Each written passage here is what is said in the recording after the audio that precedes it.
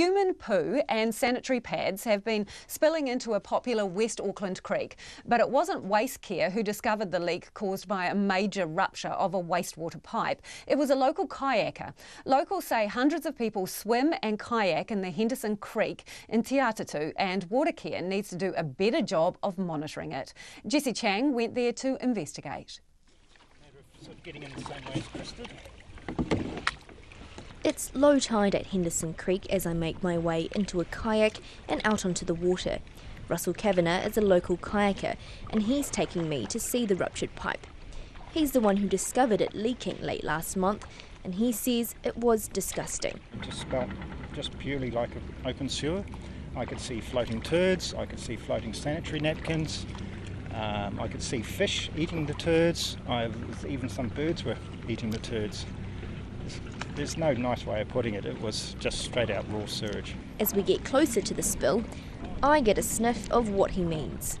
Oh, that smells pretty nasty. And although there's no raw sewage leaking into the river now, it's left a mark. Dozens of sanitary pads are stuck onto the banks, turned muddy and brown. Russell Kavanagh reported the leak to Watercare the day after he found it, but he has no idea how long the pipe had been broken. I just have to stick to the facts. I could see the raw sewage pouring into the creek on the 25th. And as I said earlier, I've gone kayaking and come out of the water with a brown stain on the kayak and seen brown trails of whatever that smelt like sewage on the water.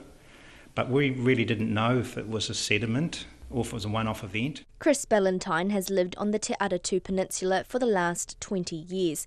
He's worried that if it wasn't for Mr Kavanagh, hundreds of people would have still been using the creek. You could come down to the Taipari Strand here any weekend and see dogs in the water, people water skiing, kayaks, people sailing, kids swimming. The river is alive and everyone was completely unaware of what was a major pipe rupture, and for us I think that's the major breakdown. In a statement, Watercare said it was able to channel most of the wastewater flow into another pipe, but it recently discovered more sewage being discharged into the creek.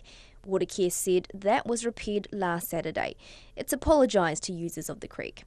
Chris Ballantyne says the community wants to work with Watercare to keep the waterways clean, but the organisation has to be more upfront. Sometimes I fear there's some PR spin that comes out, and we just want to understand what the situation is. We understand that there's been decades of underinvestment in infrastructure. We've got a growing population. We understand that, but we want to know what's happening, what the plan is, and when it's going to be delivered, and whether there's a risk to our community, and what we can do as a community to help. The warning signs at the creek say people should stay out of the water until the end of December, or until the signs are removed. Mr Ballantyne says locals are forming a river care group to try and tackle the sewage overflow problem. Mō te hōtaka o te ahi nei, ko Jessie Chang tēnei.